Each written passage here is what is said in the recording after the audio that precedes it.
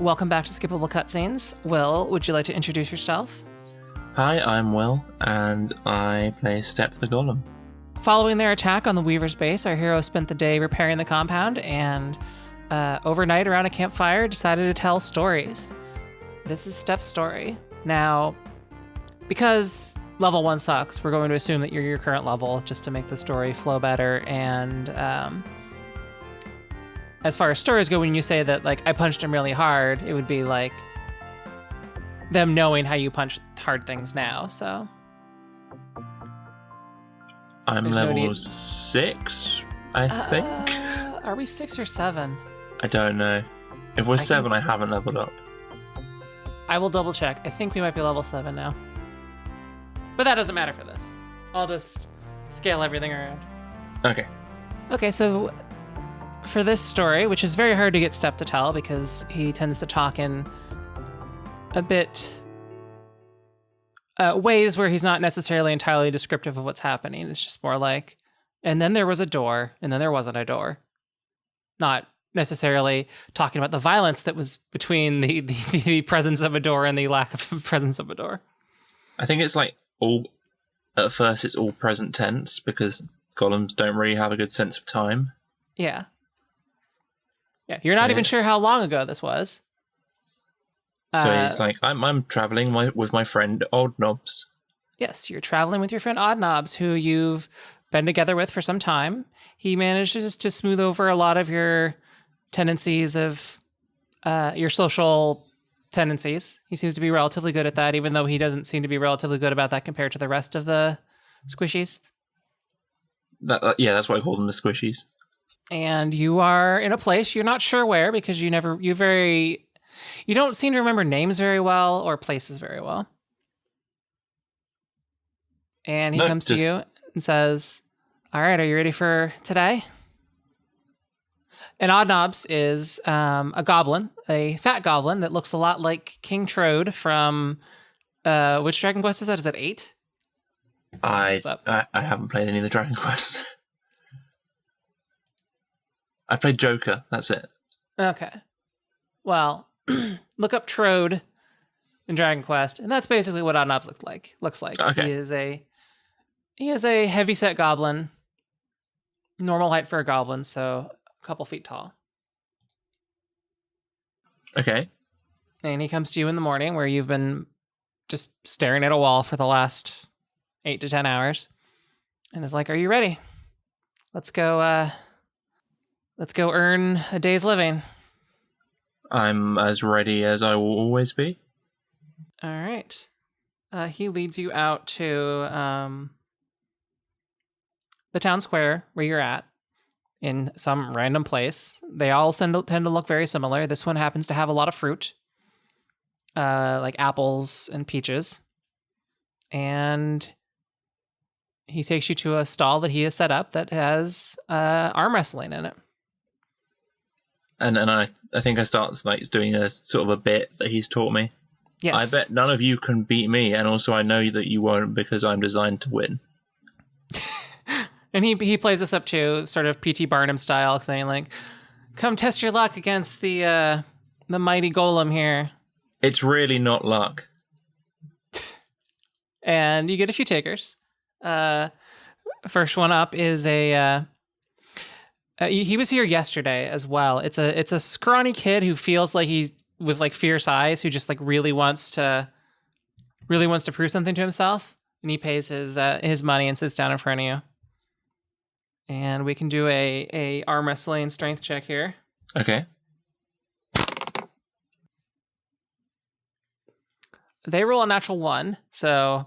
Well, it's what doesn't a 12? Yeah. Their natural 1, you just take their little tiny baby noodly arm and just immediately slap it down. Not even like letting them save face. It's just like, psh, and you're like, thank you. Thank you for your patronage.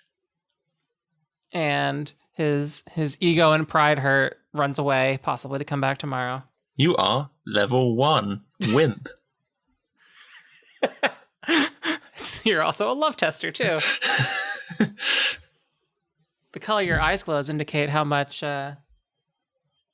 how How do those machines actually work inside? I'm not sure. I imagine they just like they're basically like the Scientology galvanic skin sensors where they just randomly I think it's just a sample a strength voltage. machine. The love tester ones? Yeah. You just squeeze it, and then the harder you squeeze it, the higher it is. Oh. I think I've seen ones that you don't squeeze, you just put your hand or finger on. Well, then, yeah, it's probably just completely random, like a Scientology units machine. All right. The day goes on, and you have a number of customers. One who comes by is a much more burly looking dude, and he sits down and pays his money, and is going to try his luck at it. Have you heard of fantasiology? Are you clear enough? Are your units high enough? I've got a 20, by the way. Okay, yeah, you got a 13. This is a little harder, but you do you soundly beat this guy, and he walks away, also a little wounded. And during this particular exchange, you see Odd Knobs like looking around a little nervous.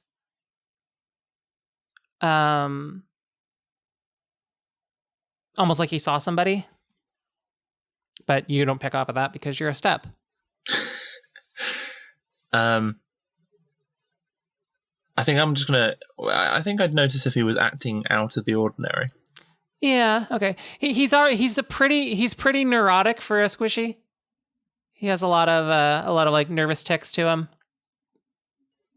I mean, have I seen this nervous tic before?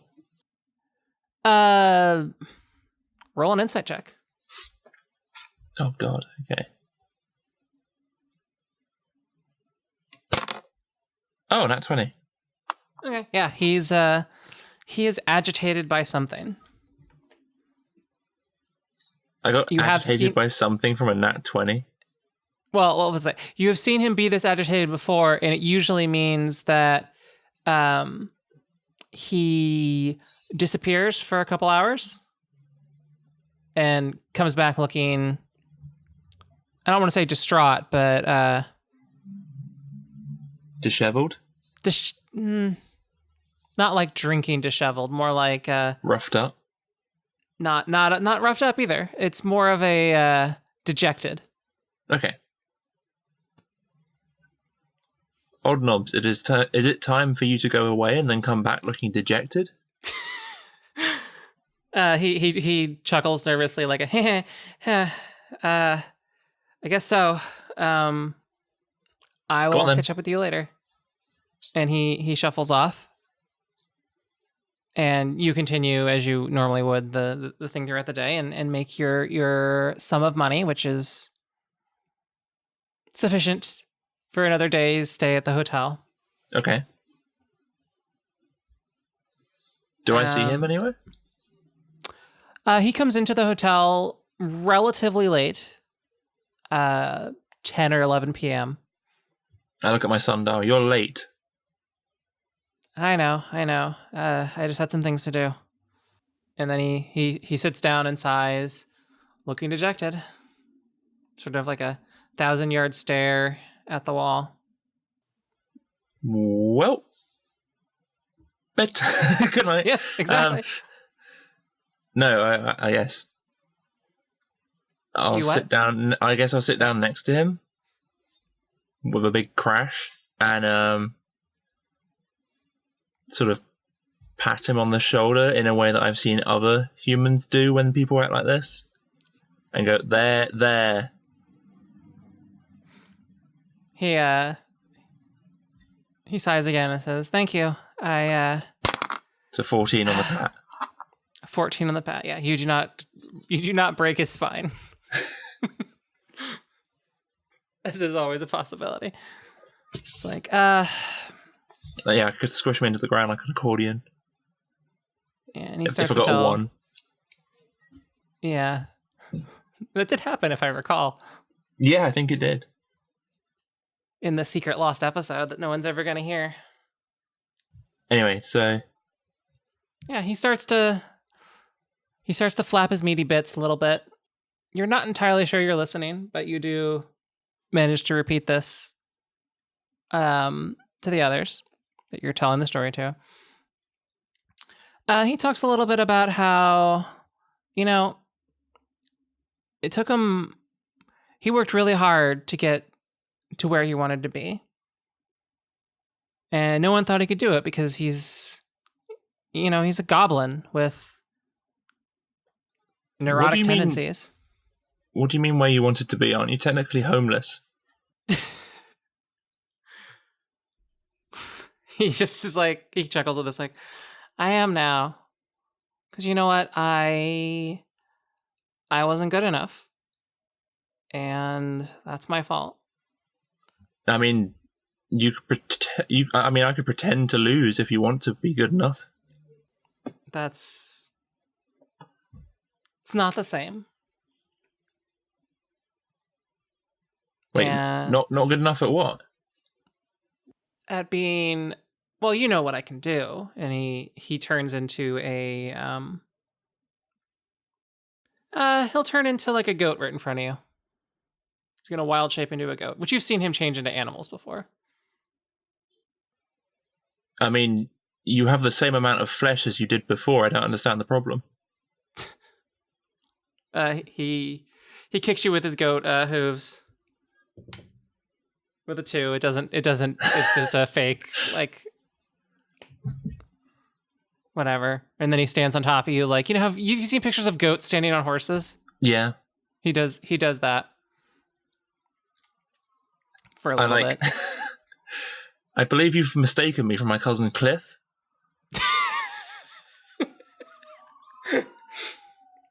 Oh, I need to take a drink after that one. Hold on. What are you drinking? Water. It's just... Oh, okay. I laughed and stuff came out a weird way. Okay. After a couple of minutes, he turns back into Odd Knobs and he's like, no, I trained up in the Order of the Black Leaf to be a druid helping, going around, boosting crop production, that kind of thing. And I mean, that's how I got my name. When I first got there, I was... You would help out with the odd knobs? I was tasked with fixing the doorknobs, and I did it wrong, and they all turned the wrong way, so I got the nickname Odd Knobs. I mean... there could be way worse ways you could get that that nickname. That is true. So if you ever find yourself in one of their facilities and the doorknobs aren't working right, just try it the other way. That was my fault. And anyway... Well, isn't that more like you've left your signature on it? Maybe. It's nice to know that every time someone's frustrated, they think of me. Anyway, after I finished my time there, I was given a apprentice, and I fucked up. In what way? She disappeared for a while, and then when she came back, she was different, and I mean, it's my responsibility to fix this, but... Is it? You say she disappeared? Yeah. Well, do you know where to? I suspect I know where. And when she came back, she did some horrible things. And so we need to beat this apprentice. Well, show me where the apprentice is. It's not your fight. I don't think we would win in a head-on fight, but It's my fault. I have to fix it. I should have done better. Where do you go when you go away? I follow clues, or I track down people that she seems to have in her employ and either stop them or otherwise stop what they're doing. Make them not breathe. That has happened before. Well, I'm Not pretty very good often. at that. I'm not very good at that, but I am. I know show you me are. where they are, and I'll make them not breathe. That's... Thank you for the offer, but it's usually better to not. He sighs. It's much better to convince them. Would you like some distilled barley and wheat? It seems like flesh bags like that. Yes, I would. So I go over to the barman and I say, your finest distilled barley and wheat. They look at you a little weird. It's like, well, it's technically not distilled. It's fermented. Distilling would be... And they just hands you an ale. I give him one of the gold pieces that I've been given today. Oh, thank you. That's do you need a lot of this? As many as that will give me? That's like a whole barrel. And I will take one of those if a All right. human can drink that. You he points to you a whole barrel and you lift it and take it up there. I put it down in front of Hobnobs. Here you go. And this is larger than Odd Knobs in its entirety. You're like, oh, thanks. I guess we should get started. I keep calling him Hobnobs because that's a biscuit over here. I'm gonna look this up. Hobnobs. It's a brand of cookie, but you know. Hobnobs cookie. Hobnob biscuit is the brand name of a commercial biscuit.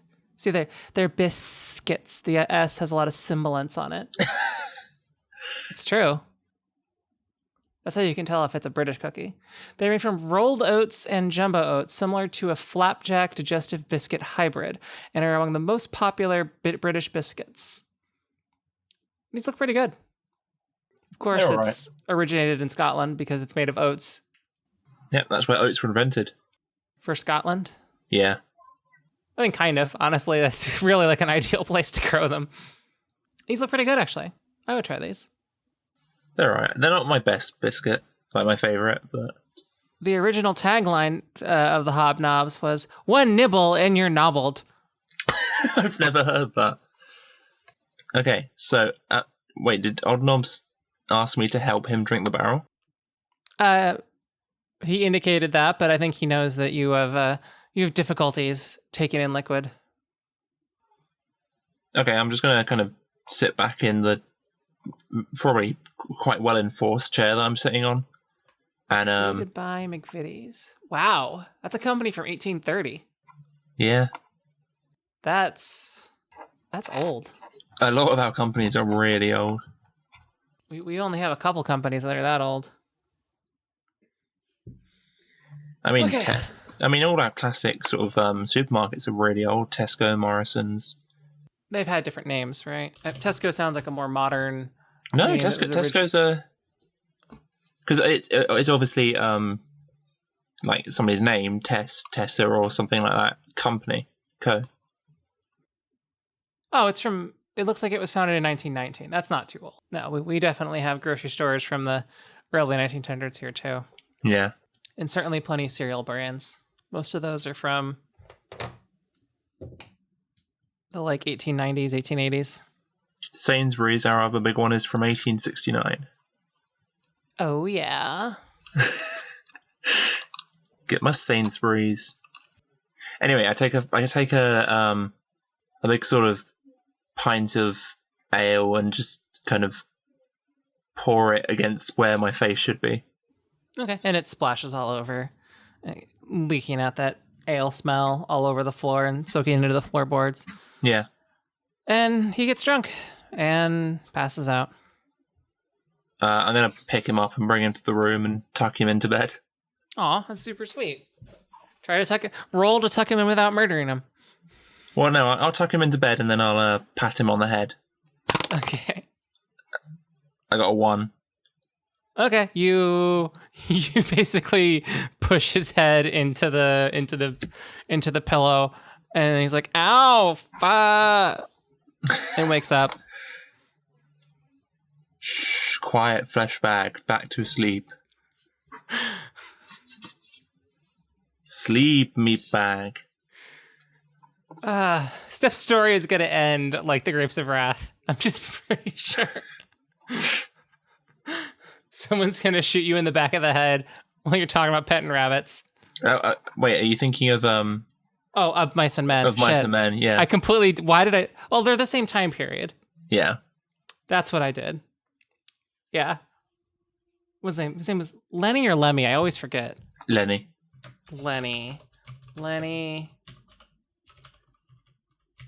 Not Kravitz. It's Lenny and George. Lenny Small. That's his name. Okay, so, and then I'm just going to kind of stand and face the wall. All right. The night passes with no issue.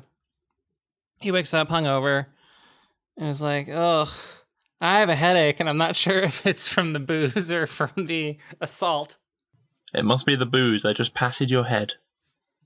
I guess so. All right. I guess we should. Are you ready for today? I am ready for today. Let's go back to our stand. And usually you spend maybe a week or two in one area and then you move on to another island because eventually people are like, "Wow, this is really hard," and the novelty wears off, so less people stop coming up. So you go to your stand for the day, and the same kid from yesterday morning comes by, now trying again to get through, to somehow make it, somehow defeat you. He pays his money and rolls a natural 2. 9. So even with a natural 2, or even with your whatever caused you to get a 9, he because you're like 9 plus 5, so you rolled a 4. You rolled a 4, yeah. So you still manage. It looks like it looks a little more difficult. Like you actually had to work at it a little bit. So he feels better about that. He's like, "Yeah, I'm getting better." And maybe he is. next time, tiny man. He did twice as well as he did last time. Yeah. Yeah, he did. Maybe next time. Yeah, the same burly guy from last night shows up too, or yesterday shows up too, and he looks like he's really gaming up for this. He's really psyched up. He's super into it, and he tries really hard with his 15. 15. He manages to get you. It's Congratulations! 16, so yeah, he puts his arms up and is like, "Yeah!" and gets his reward. I don't know exactly how it works. I imagine it's... Give the man a stuffed bear. I don't think they have stuffed bears. He's like, "Do you know how much merchandise costs to carry around? It's way outside of our budget here. We just give him money." I guess like I open my mouth hole and a coin drops out like an arcade machine. Yeah, or tickets. Yeah, and my lights start, my eyes start flashing, and you just get like a ting ting ting ting ting ting. He's like, "Would you like to try and double that money? We could try another round. I mean, twice as much money is better than what you have right there." That's a persuasion check from Odd Knobs, which he fails. And this guy's like, "No, I'm good." And then this guy walks away. Odd Knobs looks around again, gets nervous again. You pick up on this. Mm-hmm. And he's about to leave, and then he pats you on the shoulder and says, "Let's Let's go for a little bit. Let's take a break. Okay, I get out the sign that says that says. Oh, what would it say? The shop being closed. Gollum gone fishing. Let's see. What would be an appropriate thing? It says Gollum gone fishing. Okay. Have there actually this is what I want to know is I have seen the gone fishing thing to being closed, but are there actual places where that was actually ever true, where someone just says I'm gonna fucking close my shop up and actually go fishing in the middle of the workday? I'm completely guessing here, but I think it's for sort of seafaring towns. Okay. Where they decide to close up and just go fishing for a bit. Okay, there just was a slow day, and they're like, you know what, I need some fucking dinner, and it's obviously not going to come from commerce today, so... Yeah, but also people just fish as like a pastime. Yeah. Because you see it in kind of seaside towns here a lot, that sign. Yeah, the weather could be nice. Actually, I know that... Don't fish like to come to the surface shortly after it rains or something like that? So there are times where you'd be waiting there and be like, oh, the fish are going to be biting right now. Yeah. I don't like fish. No? No. It's gross. Fish and birds. Fish is everything that people imagine like lizards and snakes feel like. Yeah, that's true. They're slimy. They're they have the mouths that go blorp, blorp, blorp. They've got oh, you must everything hate about fish are axolotls. gross. They're adorable, but I'm not going to touch one. Because they have the mouth that goes blob, blob, blob. They're super cute. And actually, technically, axolotl is not what they're supposed to be pronounced. It's actually axolot. Sorry, say that again. Axolot. Okay, you said it in the accent. It was like axolot. Actually, no, it's axolotly. It's I don't want to say Aztec word. No, what do you know what I mean? South American. It's one of the branches that has the tla sounds to it. The TL, the same things that has like Chipotle in it, and okay. Nahuatl. No, Nahuatl is the name of the language. Okay. I think, or the root language. I imagine there's a bunch of variants. Because the Amazon rainforest, the X's that are shuz and the TLs that are tla or something like that. Because the Amazon rainforest is on fire right now. There's a whole species of axolotl that's died out that lives in the roots in the Amazon. That's a shame. Yeah. Go protest that. Well, yeah. not protest, but... Well, I mean, if you think about it, we're fucking doomed. Yeah, planet's not having a fun time at the moment. Maybe some crazy lady is gonna make giant kudzu bombs all over the planet, and maybe then we'll be fine. Giant what? Kudzu bombs. What's that? Kudzu, the leafy vines that. Oh yeah. Go everywhere. Yeah. Oh yeah. Yeah. Hopefully that'll happen. See, this is the problem. No one pays attention. Everyone's playing The Sims or Final Fantasy 14 or whatever while we're doing this. I'm not doing anything. My character doesn't pay attention. That's fair. Who's playing Final Fantasy 14 while we're D&Ding? Oh, that's Marissa. Oh. Yeah. Anyway, he leads you to sort of a back alley, and a couple hours later, someone wearing a cloak seems to leave the back of a building and starts heading off into the woods. I whisper to Odd Knobs, "Is that your apprentice?" No, it's one of their apprentices. So your apprentice has apprentices? Yes. Do they have apprentices? I don't know. I think we should find out. Yeah, let's go ask him. Roll a stealth check. Okay. This isn't going to go well. I got 9.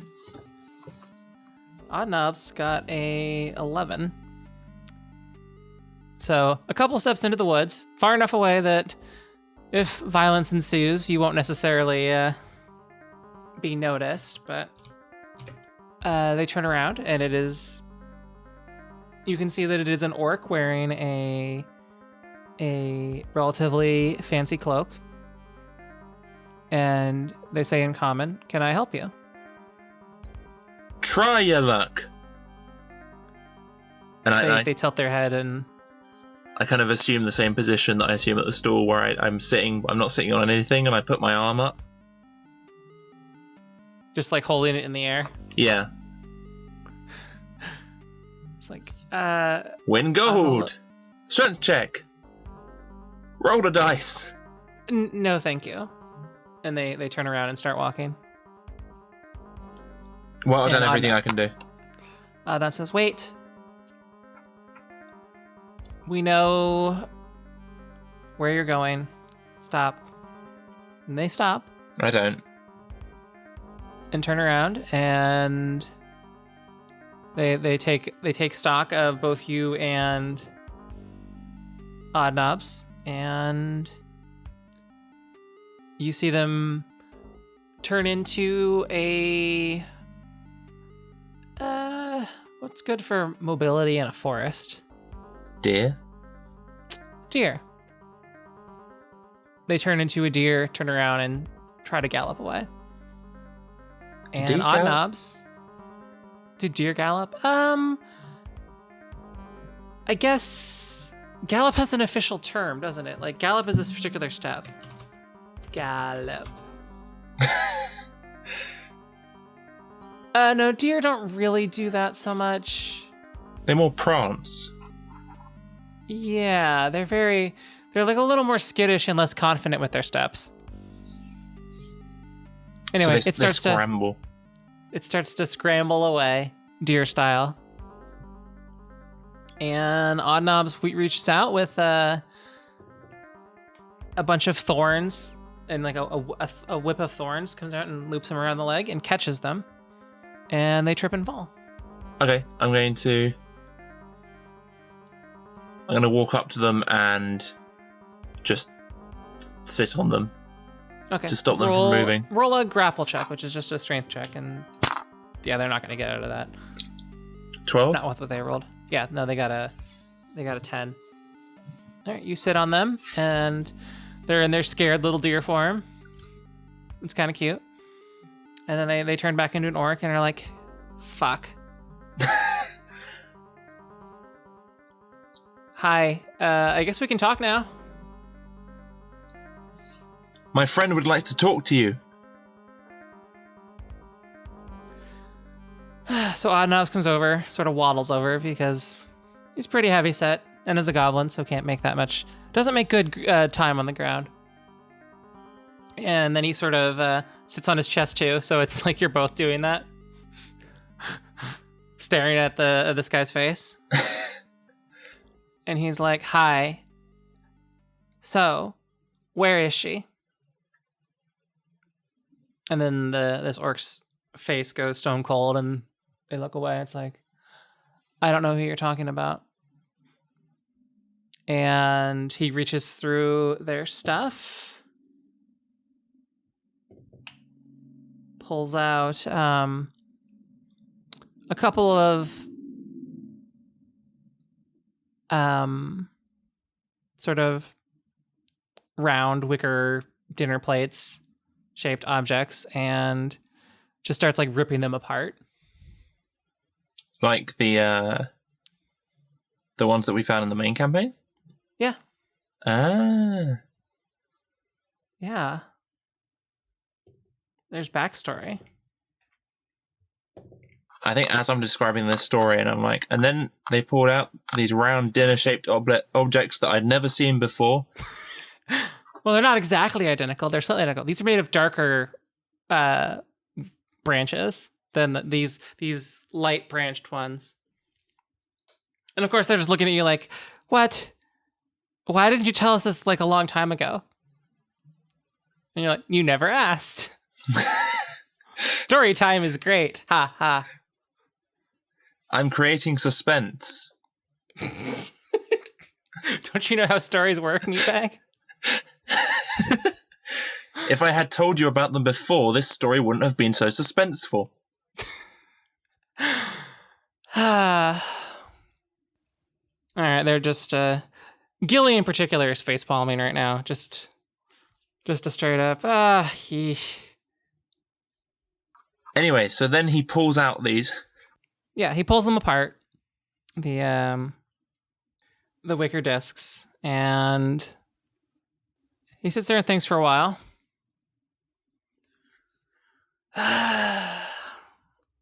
And then he tells you to let him go. He can't do anything anymore. Okay, I stand up and I pick him up. So like he's in a standing up position, and put him down and kind of dust off his coat a bit, or his cloak.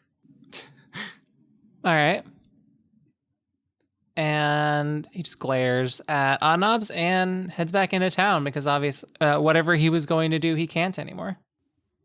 Well, that should delay things at least a couple weeks. You meatbags are very confusing.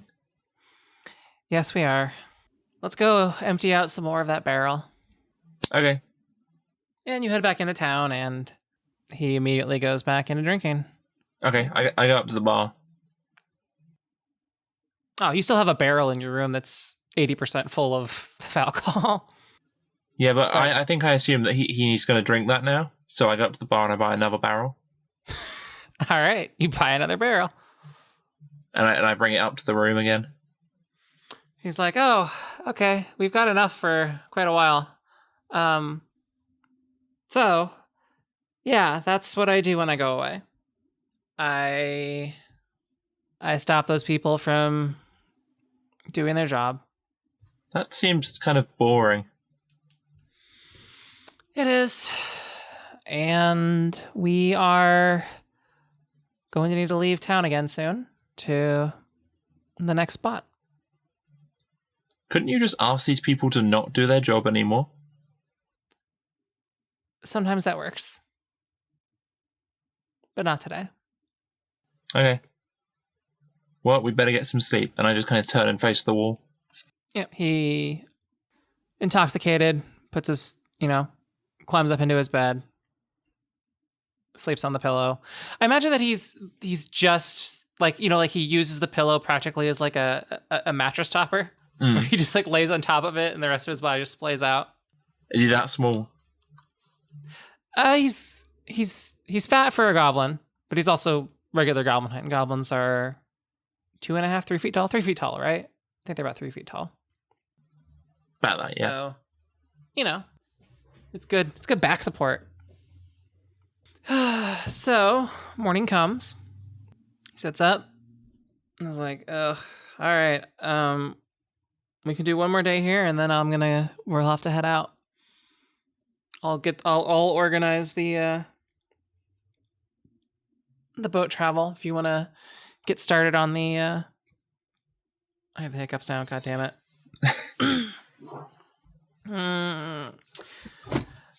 I'll organize the boat trip if you want to get started at the stand. Okay. And you've been through the procedure before, where you open the stand as normal, but then towards the end of the day, you just take down the parts and fold them up so that it can be packed away. Or at least the parts that matter. There are some parts that you always locally source because you never know exactly what space you're going to need to fit in. Okay. So I head to the stand and set up my general spot. But I'm kind of emulating what he would be saying. So I'm like, step right up, step right up. Yeah, you're doing both parts.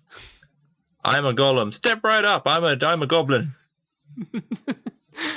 And the same little kid from yesterday comes in this time, like really, really fired up to try and take you down. This will be the last day you can try. Nah, they really they pay their money and really focus. 16. They get a 13, so it's they keep getting a lot better, but you just keep. Better next time, except there won't be a next time unless you follow the boat that we're going to go in. They run off. Again, their pride wounded.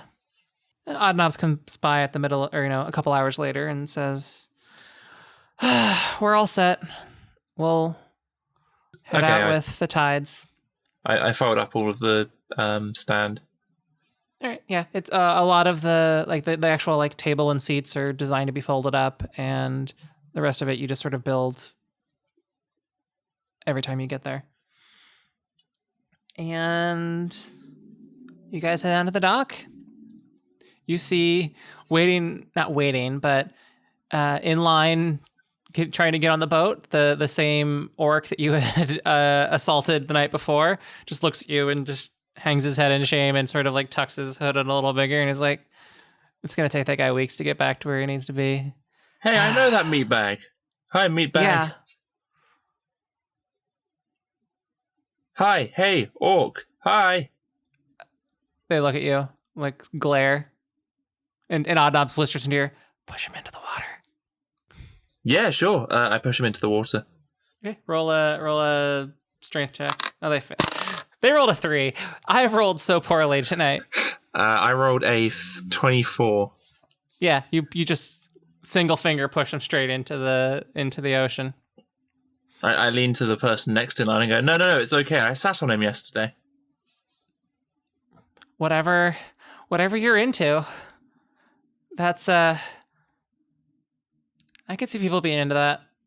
Just turns around and doesn't want to mess with the 8-foot tall golem or whoever tall step is. I have it written down somewhere. And I believe. Oh, go on. No, I think I have it written down somewhere. I think it's about 8 feet. Yeah. It's 8 or 9 feet. I have my weight. I don't have my height. Yeah, the dock, as always, is creaking under your weight because you weigh 4,000 pounds. Yep. Oh, no, there we go. 9'4" height. 9 foot 4 inches? Yeah. Okay. Yeah, so you tower over everybody. You can totally get whatever's on the high shelf. It's kind of at eye level. Yeah, unfortunately, I'm not ever employed in a shop. Maybe is that something you want to look into in the future?